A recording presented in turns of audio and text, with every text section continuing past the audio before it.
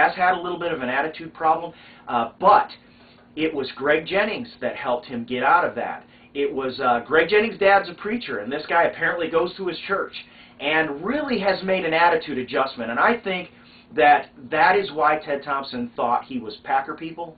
And the fact that he has all this talent and all this potential can do nothing but improve our team. Of course, Ruvell Martin, that does cast a shadow on whether there's going to be room for him on the roster if all goes according to plan with Simmons. And Ruvell, I have all the respect for him. He's just been a workhorse, a guy who blocks, is not afraid to block in the backfield, and springs our other wide receivers at times are running back for big gains. That sort of workhorse lunch pail, blue-collar guy that you just really hate to see, but he may be on the bubble at this point. So we did some free agent signings. There's plenty of news to be had. Go to GreenBayPackerNation.com. Go to our news hub, the Packer Nation News Hub. You can get to all the websites and get all the information. But once again, Packers fans have a lot to be excited about. There was one other news item I did want to mention. You can look this up online. I did not pick up the website, but you can probably find it on YouTube.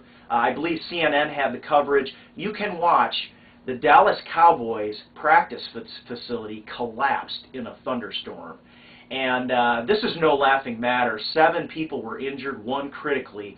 We have not heard anything else up to this point, but you can actually watch that thing come down. It is basically a big tent with a metal frame, and you see the cameras go up to the top, and the lights are just shaking back and forth. Everyone is uneasy and just kind of looking around, and then the whole thing goes down.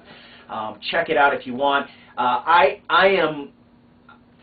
On the end of my tongue and in the back of my mind are all these quips I could say about the Dallas Cowboys because of this, but I'm not, because this is no laughing matter. But it is an interesting news item that is not necessarily relevant to the Green Bay Packer Nation, but you may be interested, so I thought I'd throw it out there. Okay, so let me talk about our first-round draft choice, our first draft pick. We had 2 first-round draft choices.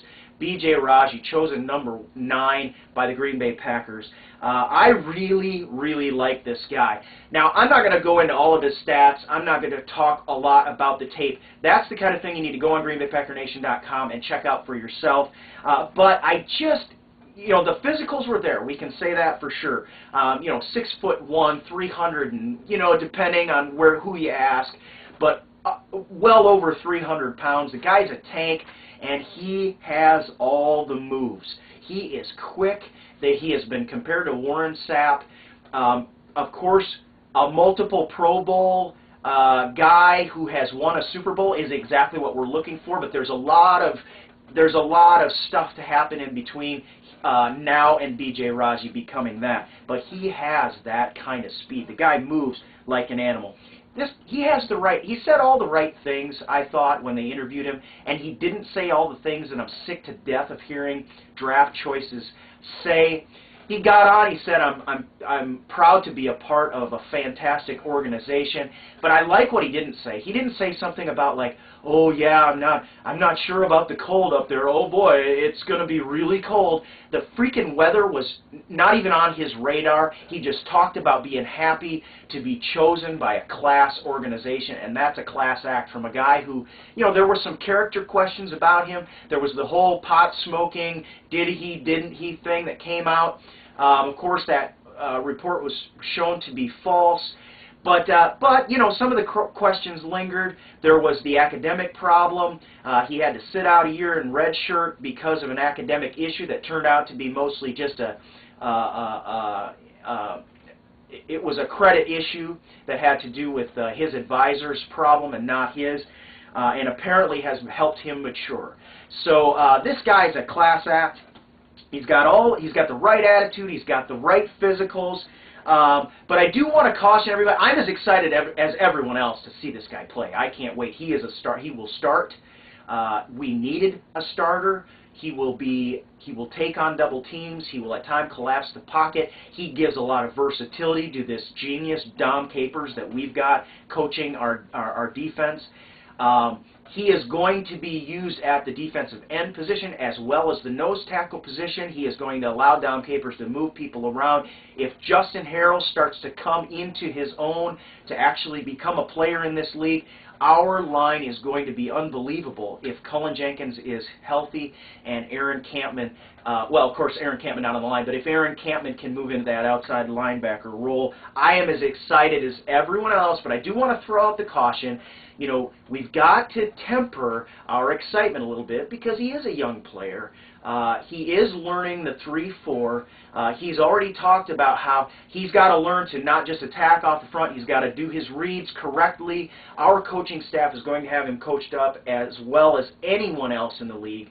But there may be a little time where we kind of wonder, but give this guy a little time. Of course, there's a lot of preseason and OTAs, camp, preseason games, plenty of those for him to show his stuff.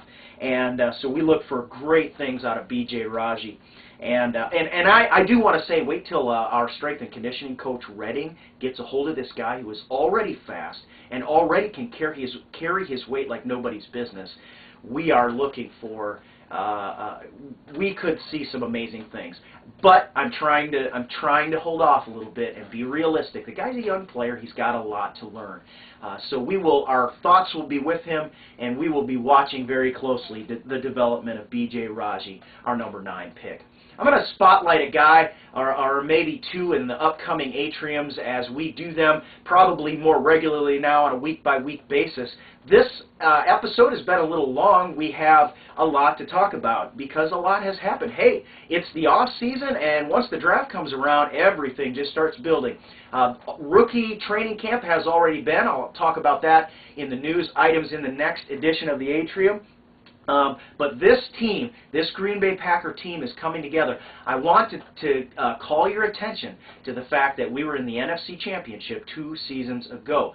And a big part of that was because our defense was so good. Our defense never changed. We had some injuries, we had some issues. Suddenly we couldn't stop the run. But we still have Charles Woodson in the backfield. We still have Al Harris in the backfield. We've still got several safeties. Nick Collins, if he ever, well, I'm not going to get into that right now because we don't have time, but Nick Collins, if he ever gets his act together and gets into camp, was a Pro Bowl safety. Tari Bigby, if he is not injured and becomes that big hitter we saw in 2007 in that Seattle game. And now with the improvements on our D-line and our switch to the 3-4, which will confuse defenses and hopefully put more pressure on the quarterback, our defense is shaping up. I said 2 years back that we should be a top 10 defense. There is a possibility with Dom Capers heading and the guys we've got heading up this defense. We should once again rise to the cream of the crop and be a top 10 defense. Look for us if we really come on and the players get excited again about what this team can do to crack the top 5. That's what Dom Capers does. This guy is a genius. That's the kind of thing he does, is turn these defenses around and make top 5 defenses out of them. And that's what I'm looking for. But all in all, we're excited. I'm not even going to get into the offensive side of the ball, you know, because we added Quinn Johnson, who is an absolute stud blocking fullback. Ryan Grant's numbers are going to jump right back up to where they were in 2007. But I'm trying not to get in because there's just too much to talk about. But exciting things are happening on the Green Bay Packer team. Exciting things also are happening on the Green Bay Packer Nation. You can follow us on Twitter now. We have developed a theme, a BlackBerry theme for our mobile site, and are working hard on our mobile site. We have developed The Cheese, which is a satirical newspaper, an entirely satirical, humorous newspaper devoted to just the Green Bay Packers. I think we are the one and only, and you can find it right at greenbaypackernation.com. Just click on The Cheese, and you can get that. We are working hard to develop that. We are trying to round out our podcast and our blogger section, but as always, we always have our news hub that gets you everywhere you want to go to learn what's happening in the Green Bay Packer Nation. So I'm going to leave it at that for now. We'll come back at you next week and talk about Clay Matthews and what he can add to our organization and catch you up on any news at that time. So I'll sign off for now, but we will look forward to talking to you again soon. And as always, we say on the Atrium, go Pack.